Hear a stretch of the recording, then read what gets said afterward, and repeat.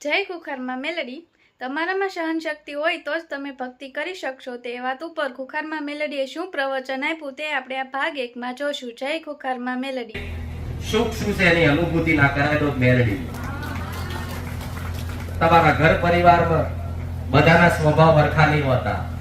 અત્યારે હોય છે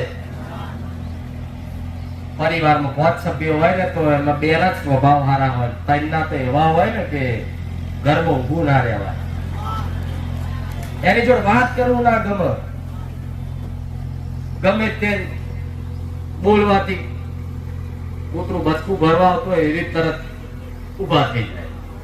પણ માતા એવું કહું છું કે ગમે તેના ગુસ્સા કરતા, ગમે તેના તમારી પર તૂટી પડતા, હાવી થતા, તો તમારા પરિવારનો દોષ કાઢતા કે મારો બાપ આખો દાડ મને બોલ બોલ જ કરે છે, મારો બાપ મને આખો દાડ મારી પાછળ જ પડી જશે, મારી માં મારી હાવ મને બોલ બોલ જ કરે.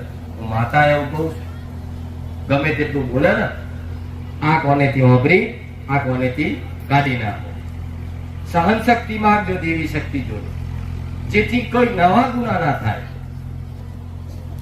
કોક બોલી જાય અને સહન શક્તિ નહીં તમારા, એટલે તરત જ તમે હોમે અને 4 એક ગાર બોલ્યો, તમે 2 બોલો, એ બીજી 2 બોલો તો પાછો તમે લાફો મારી દો. લાફો મારી દો એટલે કોઈ પાછો અમુક હોય એવા કે માતાની ભક્તિ કરતા હોય એટલે કોઈ બોલી જાય એટલે સીધી એને માન વપરક મારી જોજે હોય હવે મને લાફો માર્યો. તમે ઊંચા અવાજથી કોકને બોલી જાઓ અને કોઈ માતાની ભક્તિ કરતો હોય તરત રોઈ પ્રાર્થના કરે માં જોજે, તે માતા જોવા જાય કે નહીં, નડવા જાય કે નહીં, તમારે તો બીજે દાડ ભેગું થઈ જવું છે. તો આ ઝઘડા અને કકડાટ તો રહેવાના જ. કોઈ ઘર એવું બાકી નહીં. રામાયણ મારો ભગવાન ખુદ હતો ને, એમાં મંત્રા હતી ને એને બધા ઝઘડા કરાયા હતા, ખબર છે? એના કારણે રામને 14 વર્ષ વનવાસ ભોગવવું પડ્યું.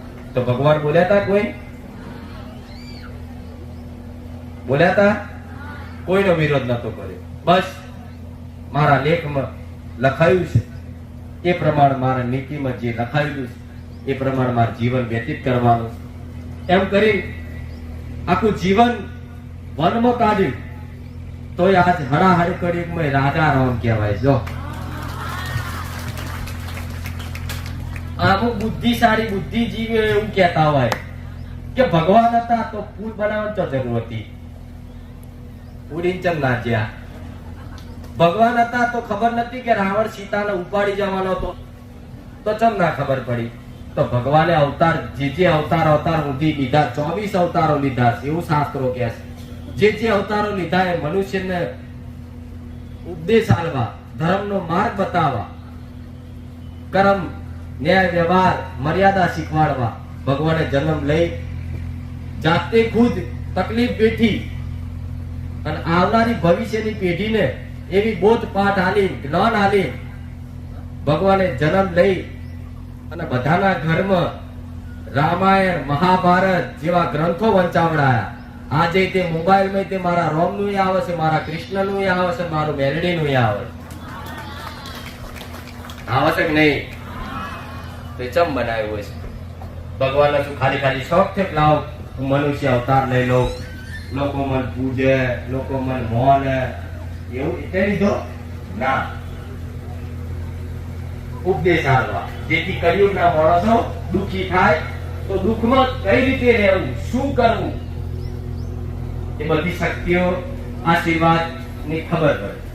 હવે તમને 1% ની સહન શક્તિ ના હોય તો તમે એવું કહું છું તમે ભક્તિના લાયક બન્યા. આમાં કેટલા એવા છે જતા સહન શક્તિ ની વાત કે સાચી વાત છે મારી, હવે સહન કરી લઈશ.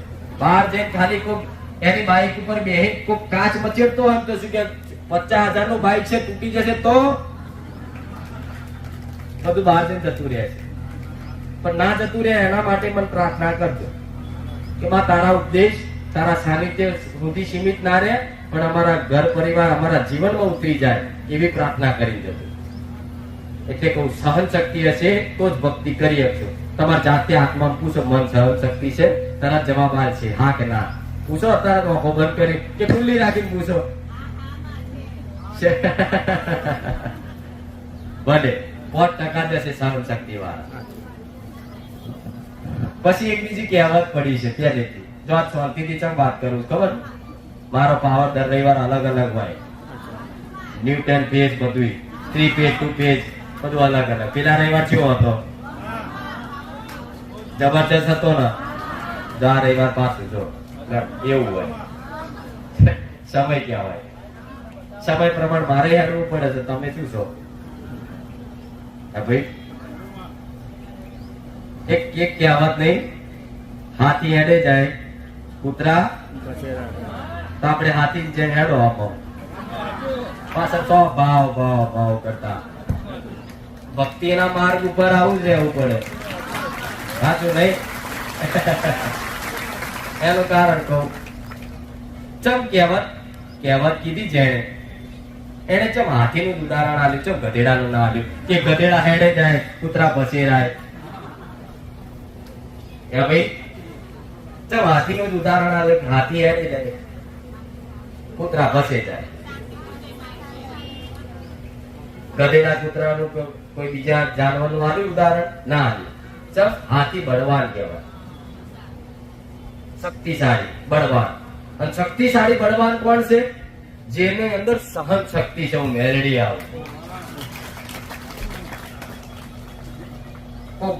એક નાની અમથી ગાર બોલીને તરત એના જઈ 4 ઝાપોડો માર દો તો તમે એમ કહો હું બળવાન. હા, તો નાની માણસ હોય ને હશે કે બળવાન કે છે. જો ને બળવાન નહીં, એકદમ નિર્બળ કહેવાય. એકદમ નિર્બળ માણસ કહેવાય. ખાલી આવું પાણી ભરેલું છે અને ભૂલથી કોકનો પગ પડી છોટા ઉડી જાય તરત તમે ગાળ બોલી દીધી, લાફો મારી દીધો, તો એ બળવાન કહેવાય? નિર્બળ કહેવાય. એટલે હાથી જેવા બળવાન બનવું હોય ને તો હાથીના કોણ મોટા છે છતાં એ કોઈનું સાંભળતો. તમારે તો નાના જ કોણ છે તો એ આટલું બધું સાંભળો છો બધી વાતનું. દીકરીઓના તો કાન કેવા હોય ખબર છે? વાતો અહીં કરતી હોય અને કાન પેલી બાજુ હોય. ઘરે દીકરીઓ શું કે છે? એટલે ખાસ દુખી થવાનું મોટું કારણ આ છે. કાન છેક ફરિયા સોસાયટી છેક ત્રીજે ઘેર વાતો કરતા હોય ને, ઝીણો ઝીણો અવાજ સંભળાતો ના હોય છતાં એમ કે કુવારા શું કે છે અને એના સંભળાઈ જ જાય. એના ઘરવાળાને ના સંભળાયું પણ એનો તો સંભળાઈ જ જીવ હોય ક્યારે શું કીધું. અને જો કદાચ ભૂલથી એની કોઈ વાત કરી નાખી તો હવાર પડ્યું નહીં અને ખાવડો વાર્તા વાર્તા તે ચાલુ કરે સંભળાવવાનો વાત પૂરી. તો હવારમાં ભક્તિ ભગવાન માતાનું નામ લેવાનું હોય. તમે આ બધું કરો ત્યાંથી ભક્તિ કરશો તમે કહો? થાય ખરી? ના થાય. એટલે આ બધી ઝીણી ઝીણી વાતો મારે શીખવાડવી છે. એકદમ ઝીણી ઝીણી વાતો એ બધું ઇગ્નોર કરો, જતું કરો. બોલવા તો જેને જી કહેવું હોય. તમે હારું કરશો, લાખ હારું કરશો ને તો એ દુનિયા વાતો છે.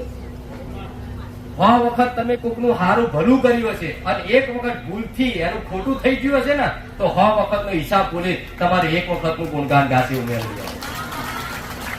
આજના મનુષ્યનો આવો સ્વભાવ છે. બધાના સ્વભાવથી તમારો સ્વભાવ મિલાપ ના કરશો.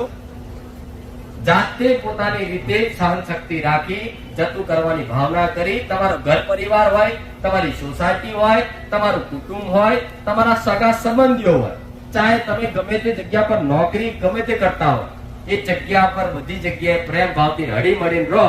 અને ગમે તે કોઈ વિરોધ કરે તો અમે કોઈ જવાબ ના આલો તો હું એની મેલડી હું પડખે ઉભી રહી જાઉં છું. નોકરીમાં કોઈ દીકરા એવા કે માં નોકરી પર મને હેરાનગતિ બહુ થાય છે. પેલા હરી કરી પેલા મારું વિશે ચડાવ્યું, સીટિયા ના કીધું તે કીધું. હું માતા એવું કહું છું કે એને કોઈ જ જવાબ ના આપતા. એની છેલ્લી સીમા રેખા વધશે ને એટલે એનો જવાબ હું મેળવી આવીએ. એવું રાહ જોતું હોય, તમારું ઘરનું દેવ આવું રાહ જોતું હોય કે દીકરા તું સહન કર. તમારી સહન શક્તિ પતી જશે જે દાડો કે માં હવે પતી ગયો, હવે સહન નહીં થાય. એ તાર હિસાબ લેવા નહીં કેતા. હાથમાં ખપ્પર ને બધું ચાલુ, કોયડો ચાલુ, ગદાય ચાલુ, ત્રિશુલે ચાલુ, એ લેવા હું જઉં. એટલે આપણે કોઈ બોલવાની જરૂર મન માતા ગમે તેવું કે ને કે પુખાર મેળે આવી છે, ટીવી છે, એનો દીકરો આવો છે, તેવો છે, તો એ વાપરતા દબાઈ દેજો કાન. અને કાન દબાવવાનું છો જરૂર, તમે કાનથી થોડી વાપરો છો તમે. કોનથી વાપરો તમે? મનથી વાપરો છો. કાનથી વાપરો છો તમે? ના, મનથી વાપરો છો. હમણાં જો શોખ બીજી ધોન હોય, અત્યારે જો કાન તમારા બધા ચો છે, ધોન અહીં છે મન, તો કાન અહીં છે ને. હમણાં જો કોઈક પેલથી બૂમો પાડતું, કોઈક ઢૂંઢતું હોય, તું અહીં બોલતી હોય, કાન અહીં હોય, પણ મન એ હોય, તો અહીંનું ના સંભળાય, એનું સંભળાય.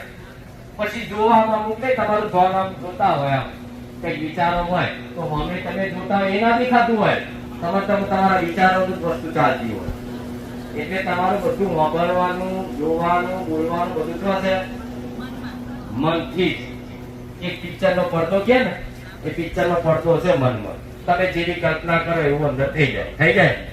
અહીંથી આંખો બંધ કરી વિચાર કરો કે અયોધ્યા જવું છે, તરત અયોધ્યા પહોંચી જાઓ. જેટલી ગતિ એની ફાસ્ટ છે, તો તમારું 24 કલાક મન કેવું આવું ચંચળ જ, ગમે તે વાતે ચાલુ ચાલુ ચાલુ ચાલુ.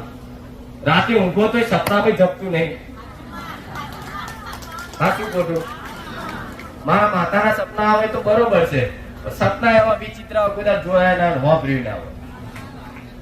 એટલે મન ચારે તમારું બંધ નહીં થવાનું. એટલે મનને એક દિશા પકડાઈ દો. જેવી એક દિશા. ભક્તિ તો ભક્તિ છે, માતા તો માતા. ભલે તમારું પરિવાર છે, પાલન પોષણ કરવું, બધું કરવું તમારું કર્તવ્ય છે, પણ ધોન તમારું શું હોવું જોઈએ? ભક્તિમાં તમારી માતા. વાસણ ધોતા ધોતા તમે મન માતાને યાદ કરો, તમારી ચામુંડ માતાને યાદ કરો. વાસણ તમને ધોવાઈ જશે ખબર નહીં પડે. સાચું ખોટું? કોઈક દીકરા નોકરી કરતા હોય અને નોકરી પર જોતા જોતા અમુક નોકરી મશીન ચાલતું હોય તો મારું વિડીયો મેલ છે અને મશીન ચાલુ કરશે. 1 કલાક સુધી આખું એનું મશીન પૂરું થઈ જાય, એનું કોમ પૂરું થઈ જાય, પણ તેનું મન અલગ ડોલા ખારું જબરું પતી ગયું, ખબર ના પડી. ફાસ્ટ થાય કોમ. તમારો અનુભવ છે, હું નહીં કહેતી. તમે તમારું મન માતામાં રાખ્યું હોય એ કોમ ફાસ્ટ થાય. તો હું એવું કહું છું, ઘરના કોમ તે પહેલાના કહેવતમાં તો એ કીધું છે, ભક્તિ કોને કહેવાય? તમારા વતીનું કોમ હું મેલડી કરી આલું એમનો માતા. કેવું? તમે બહુ એક ધોનથી બસ માતાના વિચારોમાં ભક્તિમાં બેઠા છો અને તમારા ઘરનો કચરો વારવાનો છે, તમારી હાહુ આખી પાછી થતી હોય ત્યારે ચાંદની મંદિરમાં બેઠી અડધો કલાકથી ઊભી નહીં થતી, કચરો વારવાનો. હું એવું કહું છું, એના જ મગજમાં પછી તમારી હાહુ એ બધા હાવડે ના લીધી હોય પણ એને હાવડે લેવડાય તો લે. તમારા વતીનું કોમ એના મગજમાં પછી, મારે તો મગજમાં જ વસવાનું થાય જ નહીં. આ બધી મજબૂરીઓ બધા ભક્તિ બધા જ કરવી છે. કોઈ એવો વ્યક્તિ બાકી નહીં જેને ભક્તિ કરવી ના ગમતી હોય, પણ એની મજબૂરી હોય કે માં મજબૂરી શું કરીએ, ઘર સંસાર છે, પરિવાર છે, બધું કરી ચમનું થાય. હું માતા એવું કહું છું, ઘરમાં સંસારમાં રહીને બધું થાય છે. સંસારમાં ભગવાને રાખ્યા તો ભગવાનમાં માતામાં મન રાખી સંસારમાં જ ભક્તિ કરો. ઓટોમેટિક તમારા પૂરતું જે કામ કરવાનું છે ને, તમારી માતાઓ મારો રોમ કરી આપશે. હા શું ખોટું? આ બધું ઇતિહાસમાં પહેલા બધું વાપરેલું છે, વાર્તામાં. સાચું ખોટું? તો અત્યારે આ કલયુગ છે એવું ક્યાં છે? કલયુગ મોર્નિંગ તમે છટકવાની બારી હોતો છે, એ તો પહેલા થતું હતું. અત્યારે તો કાળો કળયુગ છે, અત્યારે બધું ના હોય, ભક્તિ ના થાય. તો પહેલેથી તમે જાતને પોતાના આત્મવિશ્વાસ, તમારો આત્મવિશ્વાસ જ નહીં તમને, તો માતા પર ચમ ન આવો. પહેલા તો પોતાની જાત ઉપર વિશ્વાસ હોય કે હું આ કરી શકીશ, અને માં નહીં થાય તો માં તારા કરવાનું છે, એનો અગ્રી કરીને કોક વડા તમારી માતાઓ રાહ જોતી હોય હું મેલડી આવતો. કઈ એવી વસ્તુ છે દેવી શક્તિ છે અશક્ય છે કોઈ વસ્તુ દુનિયામાં નહીં, પણ તમારી બુદ્ધિથી તમે વિચારો એટલે શું કે આ આપણું કોમ, એટલે હતાશ થઈ જાવ, નિરાશ થઈ જાવ. પણ તમારું કોમ નહીં, તારે તો દેવી શક્તિ કોમ કરવાનું છે. તમારું હોત તો ભાઈ માતા ભગવાનની જરૂર શું હતી? તો પહેલેથી તમે નક્કી કરી લો કે આ બધું ના થાય આપણા, તો તમારી માતાઓની હિંમત એ તૂટી જાય. તો તૂટી જાય, તમે આટલા વિચારમાં તમારી માતાની હિંમત તૂટી જાય કે મારો દીકરો પોતાના જાત ઉપર વિશ્વાસ નહીં રાખતો, હું આ કરી હતી, તો તો માતા ચોથી તમારું ભલું કરે. પેલા પોતાની જાત પર વિશ્વાસ હોવો જોઈએ કે માં આ નહીં થાય એવું, પણ હું કરીશ, હું તારો દીકરો છું, તારે મારી જોડથી કરાવવાનું. ગમે તે હાથમાં પાતાળમાં બેહીને તમારી માં ખોરી આવે.